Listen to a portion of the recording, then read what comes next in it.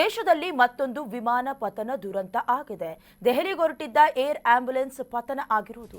ರಾಂಚಿಯಿಂದ ದೆಹಲಿಗೆ ಹೊರಟಿದ್ದ ವಿಮಾನ ಪತನವಾಗಿರುವುದು. ದೇಶದ ಮತ್ತೊಂದು ವಿಮಾನ ಪತನ ದುರಂತವಾಗಿದೆ.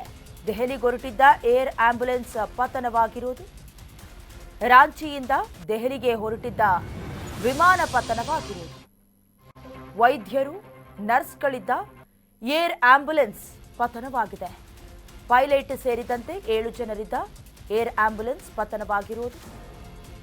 ರಾಂಚಿ ಏರ್ಪೋರ್ಟ್ನಿಂದ ಹೊರಟಿದ್ದ ವಿಮಾನ ಟೇಕ್ ಆಫ್ ಆದ ಬಳಿಕ ರಡಾರ್ ಸಂಪರ್ಕ ಕಡಿತವಾಗಿರುವುದು ಪತನಕ್ಕೆ ಕಾರಣ. ನಿನ್ನೆ ಸಂಜೆ 7:34 ಸಂಪರ್ಕವನ್ನ ವಿಮಾನ ಕಳೆದುಕೊಂಡಿತ್ತು. ಏರ್ ಆಂಬ್ಯುಲೆನ್ಸ್ನದ್ದ 7 ಮಂದಿ ಎಲ್ಲ ಅವಘಡದಿಂದ ದುರ್ಮರಣಕ್ಕೀಡಾಗಿರುವುದು. ಜಾರ್ಖಂಡ್ನ ಛತ್ರಾ ಜಿಲ್ಲೆಯಲ್ಲಿ ನಿನ್ನೆ ಸಂಜೆ ಸುಮಾರು 7:34 ಭೀಕರ ವಿಮಾನ ಅಪಘಾತ ಸಂಭವಿಸಿರುವುದು.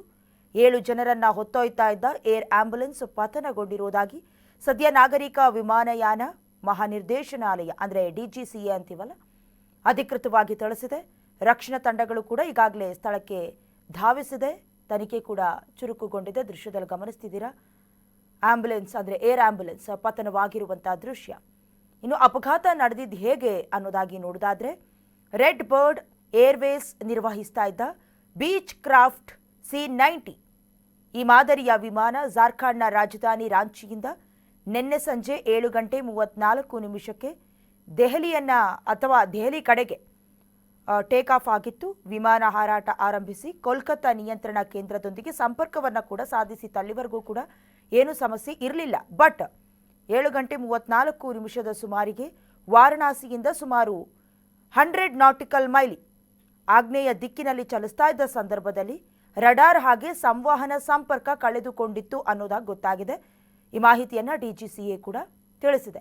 ಸಂಬಂಧಪಟ್ಟಂತೆ ಪ್ರಯಾಣ ಮಾಡುತ್ತಿದ್ದ 7 ಮಂದಿ ದುರಂತದಲ್ಲಿ ಸಾವನ್ನಪ್ಪಿದ್ದಾರೆ. Captain Vivek Vikas Bhagat, captain Savraj Deep Singh, Sanjay Kumar, doctor Vikas Kumar Gupta, Archana Devi ಸೇರಿದಂತೆ ಸಚಿನ್ ಕುಮಾರ್ ಮಿಶ್ರಾ, ಧುರು ಕುಮಾರ್ ಮೃತ ದುರ್ದೈವಿಗಳು ಅನ್ನೋದಾಗಿ ಗೊತ್ತಾಗಿದೆ. ರೋಗಿಗಳನ್ನ ರಾಂಚಿಯಿಂದ ದೆಹಲಿಗೆ ಶಿಫ್ಟ್ ಮಾಡ್ತಾ ಇದ್ದಾಗ ಘಟನೆ ಆಗಿರುವುದು.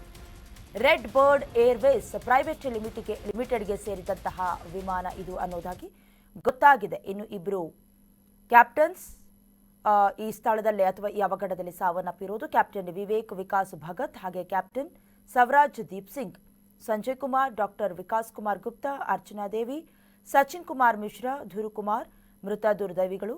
ರೋಗಿಯನ್ನ ರಾಂಚಿಯಿಂದ ದೆಹಲಿಗೆ ಶಿಫ್ಟ್ ಮಾಡ್ತಾ ಇದ್ದ ಸಂದರ್ಭದಲ್ಲಿ ಈ ಅವಘಡ ಸಂಭವಿಸಿರುವುದು. ಒಂದಲ್ಲ ಎರಡಲ್ಲ, ದೇಶದಲ್ಲಿ ದುರಂತಗಳು ನಡೀತಾನೇ ಇದೆ. ಬಹಳಷ್ಟು ಸೇಫೆಸ್ಟ್ ಮಾರ್ಗ ಅಂತ ಹೇಳಿದ್ರೆ ಪ್ರಯಾಣ ಮಾಡೋದಕ್ಕೆ ಅದು ವಾಯು ಮಾರ್ಗ ಅನ್ನೋದಾಗಿ ಬಹಳಷ್ಟು ವಿಶ್ಲೇಷಣೆಗಳು ನಡೆದಿದ್ವು. ಬಟ್ ಇತ್ತೀಚಿನ ದಿನಗಳಲ್ಲಿ ಚಾಪ್ಟರ್ ಅಥವಾ ಕೆಲವೊಂದಷ್ಟು ವಿಮಾನಗಳು, ಹೆಲಿಕಾಪ್ಟರ್ ಅಥವಾ ಏರ್ಕ್ರಾಫ್ಟ್ಗೆ ಸಂಬಂಧಪಟ್ಟಂತೆ ಕೆಲವೊಂದಷ್ಟು ದುರಂತಗಳು ಸಂಭವಿಸ್ತಾ ಇರೋದ್ರಿಂದ ಅಷ್ಟೊಂದು ಸೇಫ್ ಅಲ್ಲ ಅನ್ನೋದು ಗೊತ್ತಾಗ್ತಾ ಇದೆ.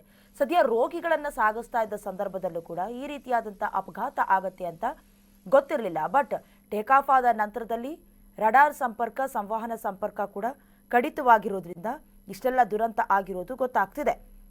ಅಪಘಾತಕ್ಕೀಡಾದ ವಿಮಾನದ ಟೈಲ್ ಸಂಖ್ಯೆ VT AJV ಆಗಿತ್ತು ಅನ್ನೋದು ಗೊತ್ತಾಗಿದೆ. ಜೊತೆಗೆ ವಿಮಾನ ಛತ್ರ ಜಿಲ್ಲೆಯ ವ್ಯಾಪ್ತಿಯಲ್ಲಿ ಪತನಗೊಂಡಿರೋದು. ಸದ್ಯ ಪೊಲೀಸರು, ರಕ್ಷಣಾ ತಂಡಗಳು ಧಾವಿಸಿ ವಿಮಾನದಲ್ಲಿದ್ದ 7 ಮಂದಿಯ ಸ್ಥಿತಿಗತಿಯ ಬಗ್ಗೆ ತಿಳ್ಕೊಳ್ತಾ ಇದ್ದಾರೆ. ಅವ್ರನ್ನೆಲ್ಲ DNA ಚೆಕಪ್ ಆಗಿರುತ್ತೆ. ಯಾಕಂದರೆ ಕಂಪ್ಲೀಟ್ ಆಗಿ ಸುಟ್ಟು ಹೋಗಿರ್ತಾರೆ, ಅರ್ಧಂಬರ್ಧ ಸುಟ್ಟ ಸ್ಥಿತಿಯಲ್ಲಿರ್ತಾರೆ. ಸೊ ಆಸ್ಪತ್ರೆಗೂ ಕೂಡ ದಾಖಲು ಮಾಡಲಾಗಿದ್ದು, ಇದಕ್ಕೆ ತಾಂತ್ರಿಕ ದೋಷ ಕಾರಣನ, ಹವಾಮಾನ ವೈಪರೀತ್ಯ ಕಾರಣನ ಅನ್ನೋದಾಗಿ ವಾಯುಯಾನ ನಿಯಂತ್ರಕರು ತನಿಖೆಯನ್ನು ಆರಂಭಿಸಿದ್ದಾರೆ. तो जैसे हम लोगों को इन्फॉर्मेशन पता चला, हम लोग मेडिकल टीम के साथ जो है रश किए यहाँ पे. बट अनफॉर्चुनेटली डॉक्टर्स का टीम इन्होंने फाउंड डेड डिक्लेयर किया. तो हम लोगों ने उनका बॉडीज को निकाल करके पोस्टमार्टम के लिए और फर्दर इन्वेस्टिगेशन के लिए भेजे हैं. टोटल नंबर अपडेट अगर आप टोटल 7 लोग हैं. इसमें क्रू मेंबर भी और टोटल 2 क्रू मेंबर्स है और बाकी 5 लोग जो है पेशेंट्स और पेशेंट के परिवार के लोग हैं. कहाँ के ये लोग थे, कुछ आइडेंटिफाई हो पाए? बाकी डिटेल्स जो है वो हम लोग खोजने के लिए जो है व्यवस्था कर रहे हैं।